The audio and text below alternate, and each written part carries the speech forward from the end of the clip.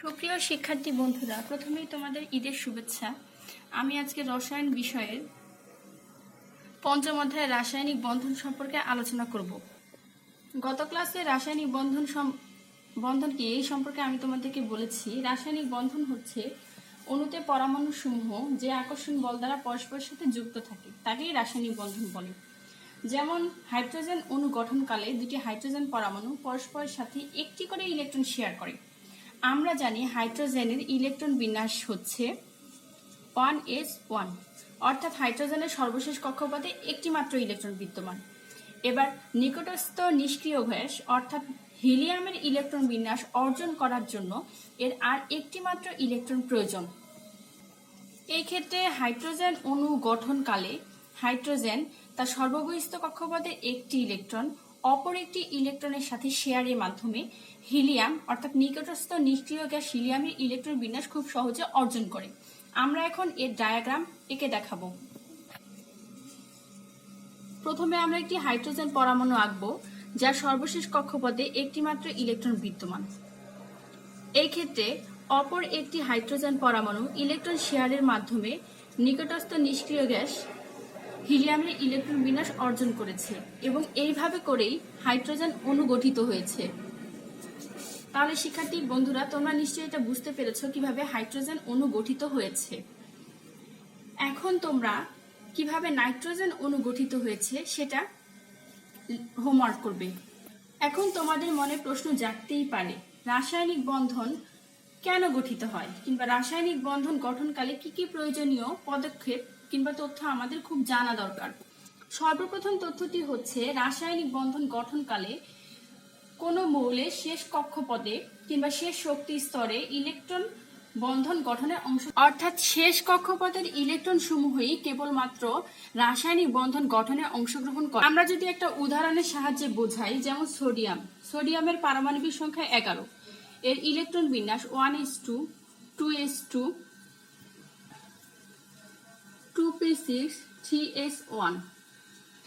এর 1 নম্বর কক্ষপথে s অরবিটালে 2টি, 2 নম্বর কক্ষপথে s অরবিটালে 2টি, 2 নম্বর কক্ষপথে p অরবিটালে 6টি এবং 3 নম্বর কক্ষপথে s অরবিটালে একটি ইলেকট্রন বিদ্যমান।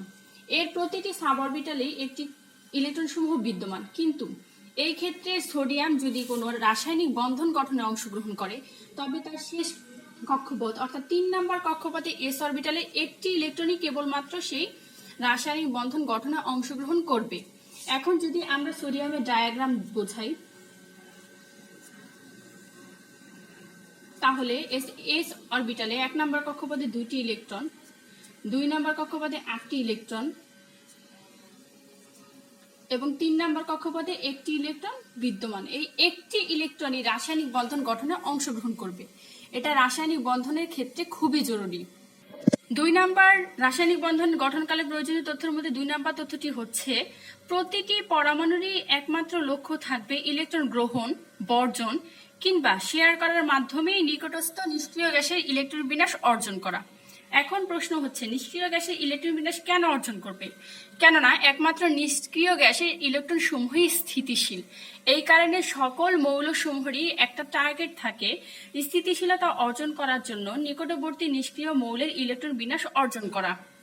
এই ইলেকট্রন গ্রহণ কিংবা বর্জন এর ফলে বিভিন্ন ধরনের চার্জের সৃষ্টি হয়, সেটা ধনাত্মক এবং ঋণাত্মক।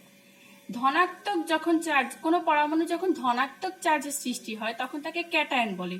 আর সাধারণত উল্লেখ্য যে এখানে পরমাণু সমূহ ইলেকট্রন দানের মাধ্যমে ধনাত্মক চার্জে পরিণত হয়। যেমন একটু আগে আমরা সোডিয়ামের পারমাণবিক সংখ্যা 11 দিয়ে তার ইলেকট্রন বিন্যাসটা দেখালাম। সেই ক্ষেত্রে সোডিয়াম তার স্থিতিশীলতা অর্জন করার জন্য এই একটা ইলেকট্রন সে কি করবে, অন্য কাউকে দান করে দিবে। তাহলে তার একটা ইলেকট্রন ঘাটতি হবে এবং এই ক্ষেত্রে সোডিয়াম প্লাস আয়নে পরিণত হবে। আমরা যদি একটু দেখাই, সোডিয়াম তার একটা ইলেকট্রন দানের মাধ্যমে সোডিয়াম প্লাস আয়নে পরিণত হয়েছে। এই যে সোডিয়াম প্লাস আয়নে পরিণত হয়েছে একেই বলে ক্যাটায়ন। অর্থাৎ ধনাত্মক চার্জ বিশিষ্ট পরমাণুকে কি বলতেছি আমরা? ক্যাটায়ন। অনুরূপভাবে যদি কোনো পরমাণু ইলেকট্রন গ্রহণ করে তাহলে তাকে অ্যানায়ন বলে। যেমন ক্লোরিনের ইলেকট্রন বিন্যাস যদি এখন আমরা লিখি,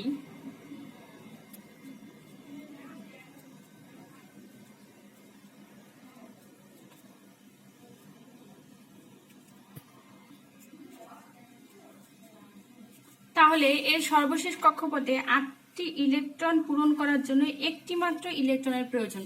সেই ক্ষেত্রে ক্লোরিন একটি মাত্র ইলেকট্রন গ্রহণ করবে। ক্লোরিন এই একটি ইলেকট্রন গ্রহণের মাধ্যমে ক্লোরাইড আয়নে পরিণত হবে। খেয়াল করলে দেখবে শিক্ষার্থী বন্ধুরা, ক্লোরাইড আয়নে এখানে ঋণাত্মক চার্জ বিশিষ্ট, অর্থাৎ ঋণাত্মক চার্জ বিশিষ্ট পরমাণুকে বলা হচ্ছে অ্যানায়ন। তাহলে আমরা সংখ্যাটা কি বলতে পারি? ধনাত্মক চার্জ বিশিষ্ট পরমাণুকে ক্যাটায়ন এবং ঋণাত্মক চার্জ বিশিষ্ট পরমাণুকে অ্যানায়ন বলে।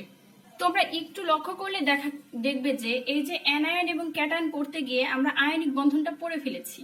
অর্থাৎ ইলেকট্রন আদান এবং প্রদানের মাধ্যমে যে স্থির বৈদ্যুতিক আকর্ষণ বল দ্বারা যৌগের অণুতে পরমাণু সমূহ আবদ্ধ থাকে তাকে আয়নিক বন্ধন বলে। আমি আবারও বলছি, এইভাবে ইলেকট্রন আদান প্রদানের মাধ্যমে গঠিত ধনাত্মক বা ক্যাটায়ন এবং অ্যানায়নে যে স্থির বৈদ্যুতিক আকর্ষণ বল দ্বারা যৌগের অণুতে আবদ্ধ থাকে তাকে আয়নিক বন্ধন বলে। আমরা এতক্ষণ উপরে যে উদাহরণটা দেখলাম সেটাকে যদি আমরা লিখি তাহলে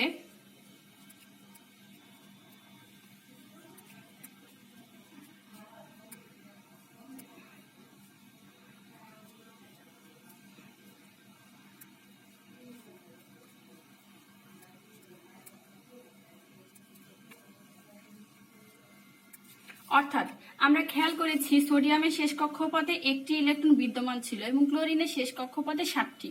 সেই ক্ষেত্রে ক্লোরিনের অষ্টপূর্ণর জন্য একটি ইলেকট্রন দরকার ছিল এবং সোডিয়ামের একটি ইলেকট্রন বর্জন করা দরকার ছিল। এটা যদি আমরা ডায়াগ্রাম আকারে দেখাই তাহলে আরেকটু বিষয়টা তোমাদের কাছে স্পষ্ট হবে।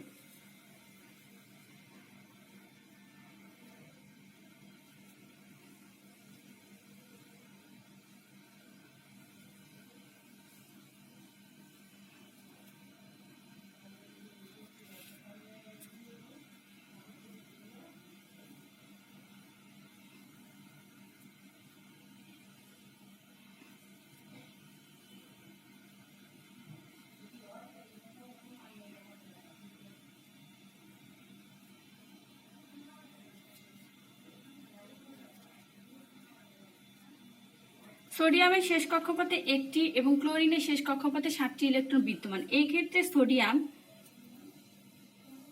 তার শেষ কক্ষপথে ইলেকট্রনটি ক্লোরিনকে দান করবে। তাহলে যে আয়নিক বন্ধনটি তৈরি হয় তা যদি আমরা লিখি,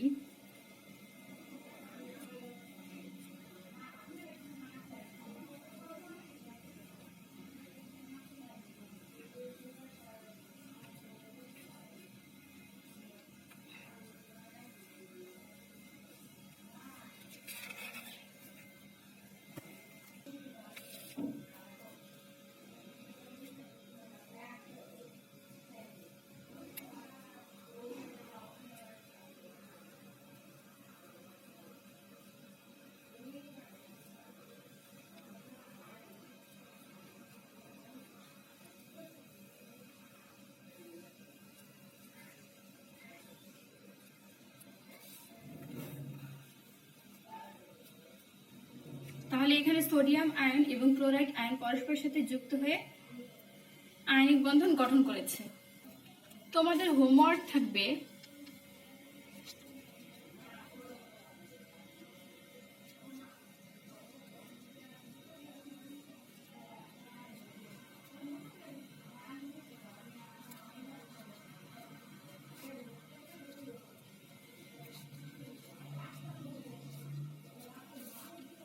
কিভাবে বন্ধন গঠন করে। বন্ধন সমূহের মধ্যে আরেকটি বন্ধন খুবই জরুরি, সেটা হচ্ছে সমযোজী বন্ধন। আণবিক বন্ধন যেমন ইলেকট্রন আদান প্রদানের মাধ্যমে গঠিত, সমযোজী বন্ধন হচ্ছে ইলেকট্রন শেয়ারের মাধ্যমে, অর্থাৎ ইলেকট্রন শেয়ারের মাধ্যমে নিকটস্থ নিষ্ক্রিয় গ্যাসের ইলেকট্রন বিন্যাস অর্জন করা। তাহলে আমরা সংজ্ঞাটি যদি বলি, সর্বশেষ শক্তি স্তরে নিকটতম নিষ্ক্রিয় গ্যাসের ইলেকট্রন বিন্যাস লাভের জন্য ইলেকট্রন শেয়ারের মাধ্যমে যে বন্ধন গঠিত হয় তাকেই সমযোজী বন্ধন বলে। আমরা আগেই এটা উদাহরণ দিয়েছি হাইড্রোজেন অণু দিয়ে। এখন যদি আমরা উদাহরণ দেই অক্সিজেন অণু দিয়ে। তোমরা জানো অক্সিজেনের 2টি পরমাণু পরস্পরের সাথে যুক্ত হয়ে অক্সিজেন অণু গঠন করে। সেই ক্ষেত্রে প্রথমে আমরা অক্সিজেনের ইলেকট্রন বিন্যাসটি দেখাবো। 1s2 2s2 2p4। এখানে অক্সিজেন পরমাণুর ইলেকট্রন বিন্যাস এটি। অক্সিজেন পরমাণু 2টি অক্সিজেন পরমাণু পরস্পরের সাথে যুক্ত হয়ে অক্সিজেন অণু গঠন করে। যদি আমরা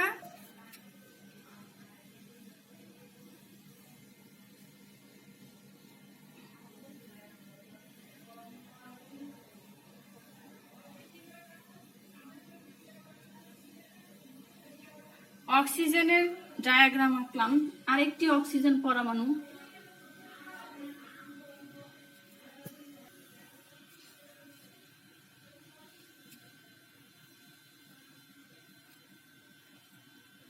শিক্ষার্থী বন্ধুরা তোমরা একটু লক্ষ্য করবে, অক্সিজেন পরমাণু,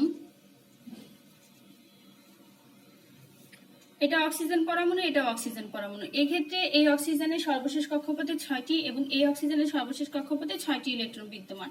সেই ক্ষেত্রে এই অক্সিজেন দুটি অক্সিজেন পরমাণু দ্বয় পরস্পরের সাথে ইলেকট্রন শেয়ারের মাধ্যমে অক্সিজেন অণুতে তৈরি হয়।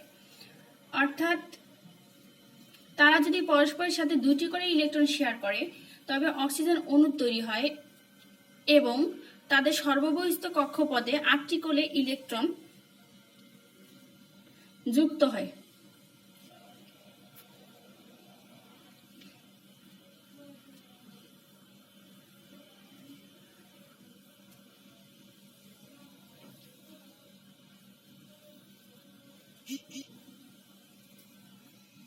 এক্ষেত্রে কিন্তু কোনো প্রকার ইলেকট্রনের আদান প্রদান হয়নি। একটি অক্সিজেন পরমাণু অপর একটি অক্সিজেন পরমাণুর সাথে ইলেকট্রন শেয়ার করেছে মাত্র।